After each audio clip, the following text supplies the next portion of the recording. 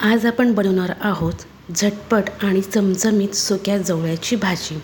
त्यासाठी एका कढईमध्ये जवळा जो आहे चांगला भाजून घ्यायचा आहे लालसर होईपर्यंत।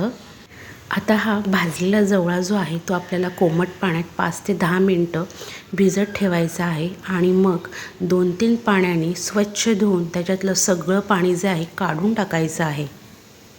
आता एका डिशमध्ये हा जवळा घ्यायचा आहे, त्याच्यानंतर बारीक चिरलेला कांदा वर घालायचा, बारीक चिरलेली टोमॅटो घ्यायचे आहे व बारीक चिरलेली कोथिंबीर वरून ॲड करायची आहे।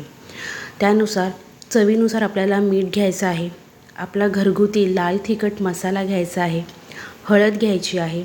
आता हे सर्व आपल्याला एकत्रित सगळं मिक्स करून घ्यायचं आहे जेणेकरून मसाला जो आहे तो सर्व टोमॅटो, कांदा आणि जवळ्याला लागेल। एका साईडला आता आपल्याला कढईमध्ये तेल चांगलं गरम करून त्यात बारीक ठेचलेला लसूण फोडणीवर द्यायचा आहे आणि मग आपला जवळा जो आहे तो फोडणीवर टाकून 10 मिनिटं चांगला वाफेवर शिजवून घ्यायचा आहे। डिशवर पाणी ठेवून मग ते पाणी गरम झालं की भाजीमध्ये टाकायचं आहे। मग तुमच्याकडे चिंच, कोकम किंवा आंबोशी जे काही असेल ते भाजीमध्ये थोडासा आंबटपणा येण्यासाठी तुम्ही टाकू शकता। मी इथे कोकम टाकलेले आहेत, थोडासा भाजीला आंबटपणा, तिखटपणा येतो आणि भाजी एकदम मसालेदार होते। इकडे आपली भाजी तयार झालेली आहे। तुम्ही भातासोबत किंवा चपाती भाकरीसोबत कशासोबतही खाऊ शकता।